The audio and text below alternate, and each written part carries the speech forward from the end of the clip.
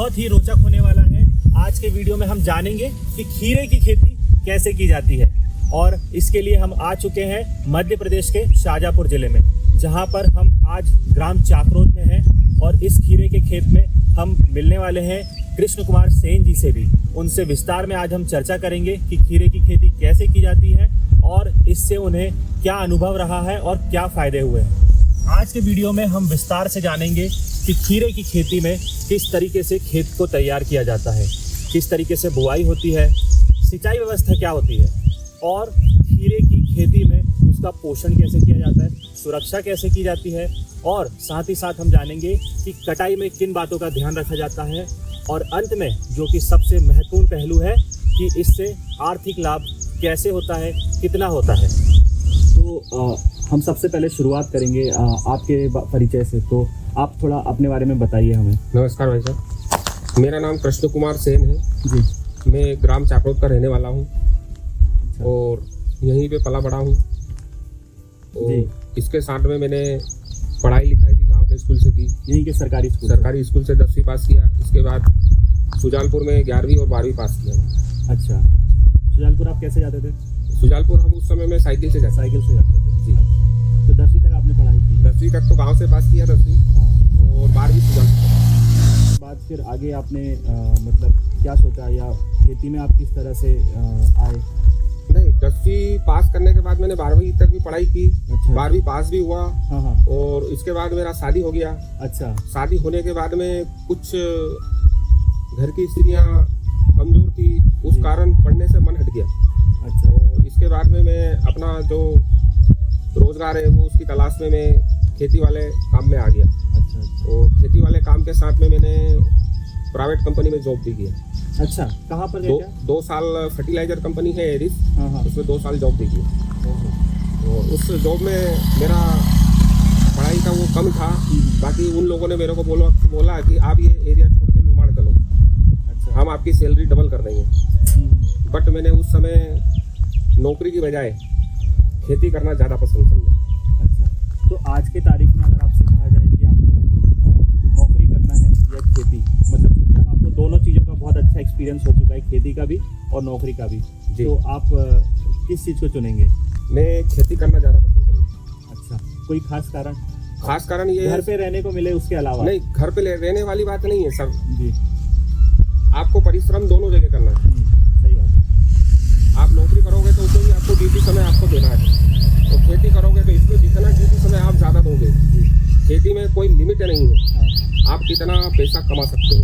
नौकरी की तनख्वाह फिक्स है। ये बहुत अच्छा पॉइंट कहा आपने, बिल्कुल सही बात है। और खेती एक ऐसा व्यापार है, अगर इसको परंपरागत ढंग से छोड़ के और आधुनिक तरीके से किया जाए तो खेती से बढ़कर ऐसी कोई बैंक नहीं है कि जो 100 दिन में पैसे को डबल कर दे। बहुत ही अच्छी बात कही।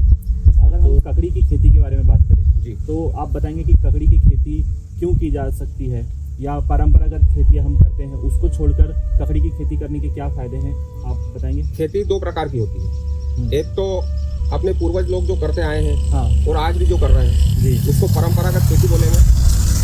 जो आज की आधुनिकता स्तर में देखा जाए तो वो सब बाजार भाव के ऊपर है। इंसान या किसान जो भी परंपरागत खेती करेगा, गेहूं का उत्पादन लेगा या सोयाबीन का उत्पादन लेगा, उसमें वो इतना पैसा नहीं कमा सकता है। और सब्जी भाजी की जो खेती करेगा उसको व्यापारिक खेती बोलते हैं। उसमें वो जितनी मेहनत करेगा उसमें हर दिन उसको पैसा नकद प्राप्त मिलेगा। और गेहूं और सोयाबीन की खेती एक ऐसी खेती है जो किसान के पास 6 महीने में एक बार पैसा देती है। और सब्जी भाजी में आप गिलकी लगा सकते हो, खीरा ककड़ी लगा सकते हो, मिर्ची लगा सकते हो, करेला लगा सकते हो, फूल गोभी, पत्ता गोभी, मिक्स क्रॉपिंग के भी काफी आपके पास ऑप्शन है। जो भी क्रॉप है आप सब लगा सकते हो। उसको व्यापारिक खेती बोलते हैं। और परंपरागत खेती में आपको पैसे का प्रॉफिट बहुत कम होगा, वो साल में 2 बार ही होगा और आपको बहुत इंतजार नहीं करना पड़ता है, और उसके लिए आपको बहुत समय तक इंतजार करना पड़ेगा। और अगर हम सब्जी या फल फूल की करें इस प्रकार से खेती करते हैं, व्यावसायिक खेती, तो बहुत ज्यादा इंतजार नहीं करना पड़ता 6 महीने का। आपके पास उसमें कुछ ही समय में आपके पास लगातार पैसा आना चालू हो जाता है और अच्छे ढंग से पैसा आता है। जी। सेन जी, तो मैं आपसे अब ये जानना चाहूँगा कि खीरे की खेती करने के लिए खेत को कैसे तैयार किया जाता है और बुआई जो करना होता है उसमें किन बातों का ध्यान रखना होता है? जी सर, खीरे की खेती आपको करना है तो खीरे की खेती के लिए आपको गहरी हकाई करना पड़ेगी। अच्छा। उसके बाद जो ट्रैक्टर वाला जो उपकरण है उससे आपको बेड बनाना है, जो ड्रिप लगाना है, मल्चिंग लगाना है, और उसके साथ में उसके बेसल डोज के जो फर्टिलाइजर डलते हैं, DAP हो गया, सुपर फास्फेट हो गया, पोटास हो गया, ये चीज़ें आपको उस बेसल डोज में बेड के ऊपर डालना है और मल्चिंग लगाना है। और मल्चिंग लगाने के बाद उसमें जैसा सिस्टम दिया गया है उस सिस्टम से मल्चिंग में छेद करके आपको प्रति छेद पे बीज को बोना है। अच्छा जी। और ये जो छेद करते हैं हमारे एक बीज डालने के लिए, वो कितनी दूरी पे किए जाते हैं? और जो हमारी लाइनें होती हैं, जो 2 रो होती हैं, उनके बीच में कितना लगभग हमें डिस्टेंस? रो से रो की दूरी होती है 5.5 से 6 फीट। अच्छा। पौधे से पौधे की दूरी होती है 1 फीट। 1 फीट। जी। इसका कोई खास कारण? खास कारण यही है कि पौधे को दूरी मिलेगी तो वो अच्छा फलता है, फूलता है। प्रकाश संश्लेषण की क्रिया, हवा की क्रिया, इन चीज़ों के लिए उसकी दूरी निर्धारित करके रखना जरूरी है। और इसके लिए मतलब सिंचाई व्यवस्था कैसी? सिंचाई व्यवस्था के लिए कम पानी का खर्च के लिए हम खीरे की फसल में मल्चिंग और ड्रिप का हमेशा उपयोग करते हैं। मल्चिंग से हमारा खरपतवार का सबसे बड़ा उसमें बचाव हो जाता है। खरपतवार मल्चिंग के ऊपर उगता नहीं है। तो जैसा आप बता रहे थे कि एक साल में आप 3 बार खीरे की खेती कर लेते हैं। जी। तो क्या मल्चिंग भी 3 बार करना पड़ता है? नहीं, साल में मल्चिंग सिर्फ एक ही बार डलती है। अच्छा। जिसके ऊपर आप 3 बार कोई सी भी बेल वाली फसल ले सकते हो। खीरा की 3 बार ले सकते हो या बदल भी सकते हैं। हाँ, उसमें आप क्रॉप बदलोगे तो वो उसकी एज के हिसाब से चलेगा। खीरा की क्रॉप आप एक ही मल्चिंग पे 3 बार ले सकते हो, या एक बार खीरा लेने के बाद आपने मान लो करेला लगा दिया तो फिर 2 फसल ही होगी आपकी। अच्छा, करेला ज्यादा टाइम लेगा? करेले की लाइफ ज्यादा है और खीरे की लाइफ 100 दिन है। 100 दिन। तो आप जैसे साल भर का अगर हम कैलेंडर देखें जी, तो किन महीनों में आप बुआई करते हैं खीरे की? खीरे की हमारी सबसे पहली जो बुआई होती है वो जून के महीने में होती है। जून के महीने में? जी, ठीक है। और दूसरी जो बुआई होती है वो हमारी अक्टूबर के महीने में होती है। अक्टूबर के महीने? जी। ओके। और तीसरी जो बुआई होती है हमारी फरवरी फर्स्ट वीक में होती है। तो जिससे आप शायद अप्रैल तक उसकी फसल ले? हाँ, वो अप्रैल मई तक चलती है। फिर उससे 1 महीने के लिए हम खेत को रेस्ट करते हैं, उसकी हकाई जुताई वगैरह सब करके उसको रेडी करने के लिए अगले वर्ष का प्लान करने के लिए उसको छोड़ देते हैं। खीरे की खेती में हमें पोषण का कैसे हम ध्यान रख सकते हैं, और कौन से क्या ऑर्गेनिक पेस्टिसाइड फर्टिलाइजर यूज़ कर सकते हैं, और कैसे रखरखाव करना होता है, किन बातों का ध्यान रखना होता है सुरक्षा के लिए, इसके बारे में थोड़ा सा बताइए। अपन खीरे की बोनी करते हैं जी। 5 से 6 दिन में आपके सारे पौधे उग के तैयार हो जाते हैं। ठीक है। उसके बाद समय के हिसाब से और अपने वातावरण और जलवायु के हिसाब से जैसे जैसे पौधा बढ़ता जाएगा उसमें समय समय पर आपने को फर्टिलाइजर चलाना है ड्रिप से। हाँ, आधा किलो से 1 किलो प्रति बीघा के हिसाब से आपको 19-19 फर्टिलाइजर चलाना है। मच्छर लग रहे हैं तो मच्छर की दवाइयाँ डालनी है। आप मार्केट वाली दवाई डाल सकते हो या ऑर्गेनिक दवाई डाल सकते हो। आप क्या प्रेफर करते हैं? आप क्या डालना मतलब आपको लगता है जो इफेक्टिव भी है और फायदेमंद भी है और ज़्यादा अच्छी बात है? मैं तो अभी मार्केट से क्या है रसायन वाली दवाइयों का उपयोग करता हूँ, क्योंकि अकेला होने के कारण क्या है ऑर्गेनिक दवाइयाँ बनाने में समय काफ़ी लगता है, वो मैं मैनेज नहीं कर पाता हूँ अकेला होने के कारण। बाकी ऑर्गेनिक दवाइयों से फसल का उत्पादन भी अच्छा रहेगा और मानव के शरीर की वैलिडिटी भी ज़्यादा रहेगी। स्वास्थ्य के लिए अच्छी रहेगी। स्वास्थ्य के लिए बहुत अच्छी रहेगी। लेकिन हमारे खुद की कुछ ऐसी मजबूरियाँ होती हैं जिससे हम की समय समय पर ऑर्गेनिक चीज़ों का नहीं उतना उपलब्धता समय पर नहीं हो पाती। जी, सही कहा आपने। तो इसके अलावा और कोई बात का हमें ध्यान रखना चाहिए? जैसे रखरखाव, जैसे मैं देख रहा हूँ कि आपने बांस वगैरह लगा रखे हैं, कुछ तार वगैरह भी लगा रखे हैं, तो इनका क्या उपयोगिता है, ये कितना ज़रूरी है? ये खीरा की जो फसल है इसकी बेल की लंबाई मिनिमम 5 फीट से लेकर 15 फीट तक जाती है जी। तो उसको तार और बांस के ऊपर लगाने से उसका उत्पादन ज़्यादा रहेगा। अच्छा। उसकी सर्विस भी ज़्यादा आएगी तो उससे किसान को हर चीज़ में प्रॉफिट ज़्यादा रहेगा। तो समय समय पे उसमें उतार चढ़ाव आता है, मेन उसमें टेम्परेचर का काम है। आर्द्रता रहेगी तो बीमारी आएगी, गर्मी बढ़ेगी तो बीमारी आएगी। उस समय पे आपको दवाइयों का और बीमारियों का विशेष ध्यान रखना है जिसका अपन अपनी फसल को बचा सकें और समय पे दवाई डाल सकें।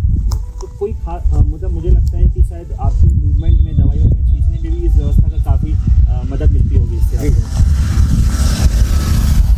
और हार्वेस्ट में भी इसका कोई फायदा, और यही कि आपको मतलब कुल मिला के इस व्यवस्था से चीज़ें थोड़ी व्यवस्थित रहती है और पौधे को भी ज़्यादा सुविधा मिलती है अपनी ग्रोथ के लिए। जमीन पे लगा हुआ माल हमेशा टेढ़ा आएगा और तार मास पे लगा हुआ खीरा एकदम सीधा आएगा, इसकी मार्केट वैल्यू ज़्यादा है।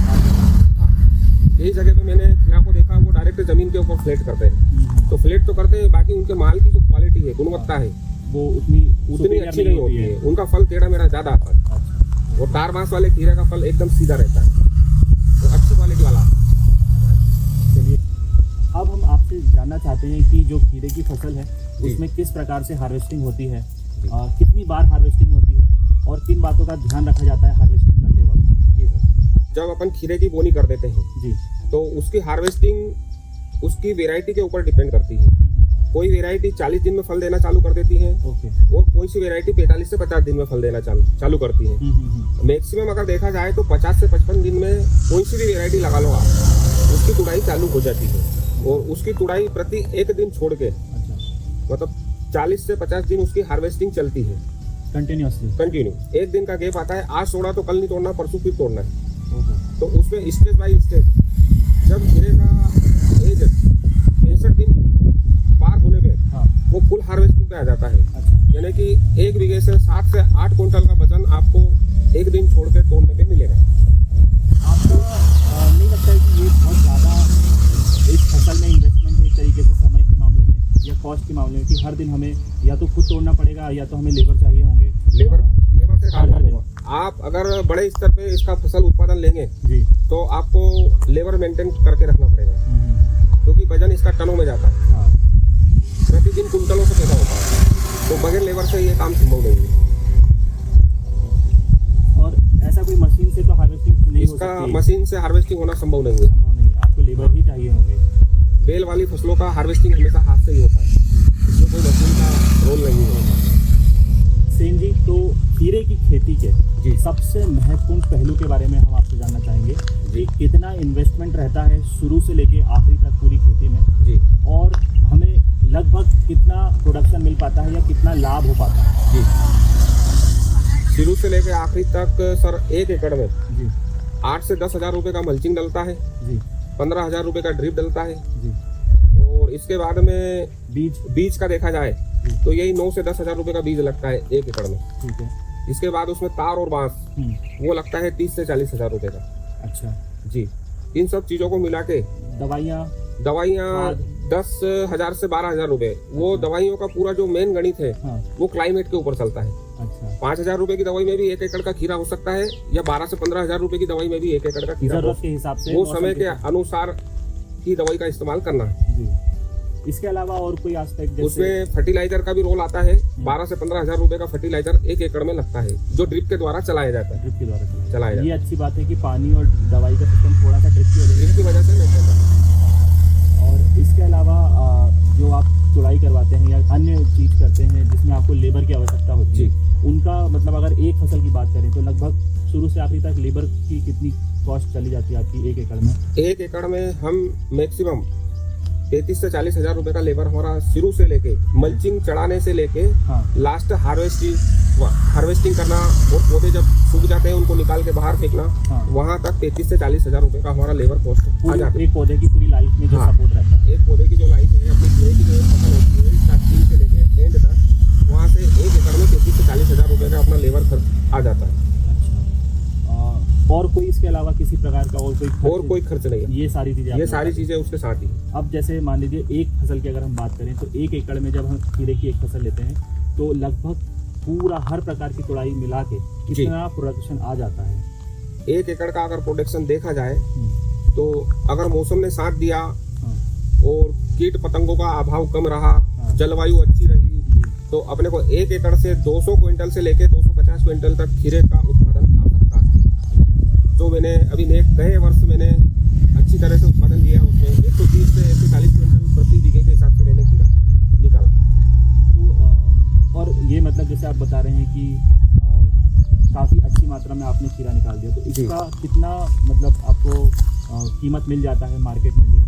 इसका एक गणित अगर देखा जाए जी, तो जैसे आपने 100 रुपये का खीरा बेचा बाजार में, तो आपको 40 रुपये या 50 रुपये खर्च करना पड़ेंगे, 60 रुपये आपको पूरे बच रहे हैं।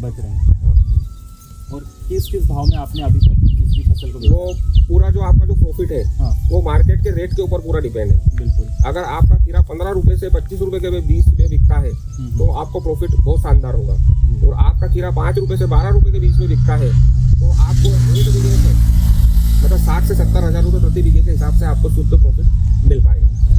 और वही 15 से 25 अगर बिका तो वही एक बीघे से 1.25 लाख से 1.5 लाख रुपए के ऊपर आपका प्रॉफिट जाएगा सारे फसल के खर्च काटने के बाद। उसमें लाइट के बिल ले लो आप, आपके पाइप बिल ले लो, आपकी जो भी खेती से संबंधित जो भी आवश्यकताएं हैं उन सब चीज़ों का खर्च निकालने के बाद आपको इन बाजार के रेटों के ऊपर आपको प्रॉफिट मिलता है। सरकारी योजना या सरकारी विभाग की तरफ से या एक्सपर्ट्स की तरफ से आपको किस प्रकार की मदद मिलती है? आर्थिक मदद मिलती है या किसी प्रकार की समझाइश मिलती है, कुछ सुझाव मिलते हैं, ऐसा कुछ मिला आपको? नहीं सर, अभी तक हम क्या है सरकार के पास कोई मदद के लिए गए नहीं जी। क्योंकि मेरे पास जो जमीन का जो क्षेत्रफल है बहुत छोटा है। अच्छा। उसके ऊपर मेरे को क्या है आवेदन नहीं हो पाते हैं, ऑनलाइन में पंजीयन नहीं हो पाता है। मेरे पास 1 एकड़ है और दूसरा 1 एकड़ है, दोनों के पंजीयन हो चुके हैं। बाकी सरकारी अभी तक कोई मेरे को अनुदान नहीं मिला, कोई सहायता नहीं मिली। और पहली बात यह है कि हमने उसके लिए कोशिश भी नहीं किया। सेन जी, अब हम थोड़ा सा जानना चाहेंगे कि जो हमारे व्यूअर्स हैं उनको आप किस प्रकार से क्या सुझाव देना चाहते हैं, और अगर कोई व्यक्ति या कोई किसान खीरे की खेती का जिनको अभी अनुभव नहीं है लेकिन आपकी वीडियो से आपकी जानकारी से प्रोत्साहित होकर अगर करना चाहते हैं तो उनको किन बातों का ध्यान रखना चाहिए या क्यों करना चाहिए खीरे की खेती? ऐसा मैं आपको बताना चाहता हूँ मेरा अनुभव। मेरे को आज खीरा की फसल करते करते 12 वर्ष हो गए। मैं भी किसी दूसरे जिले में जाके किसान भाइयों की मदद से, उनकी प्रेरणा से, उनके कार्य पर देखकर प्रेरित हुआ था और मैंने सबसे प्रथम बार में 1 बीघे का खीरा लगाया था। अच्छा।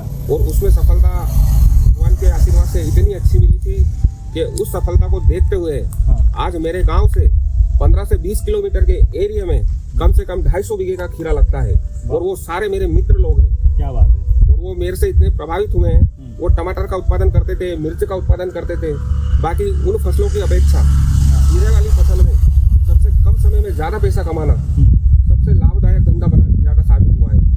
आज की कंडीशन में मेरे एरिया में 20-20 बीघे के फार्मर हैं जिन्होंने ड्रिप और मल्चिंग के ऊपर खीरे की फसल का बहुत शानदार उत्पादन ले रहे हैं और बहुत शानदार पैसा कमा रहे हैं।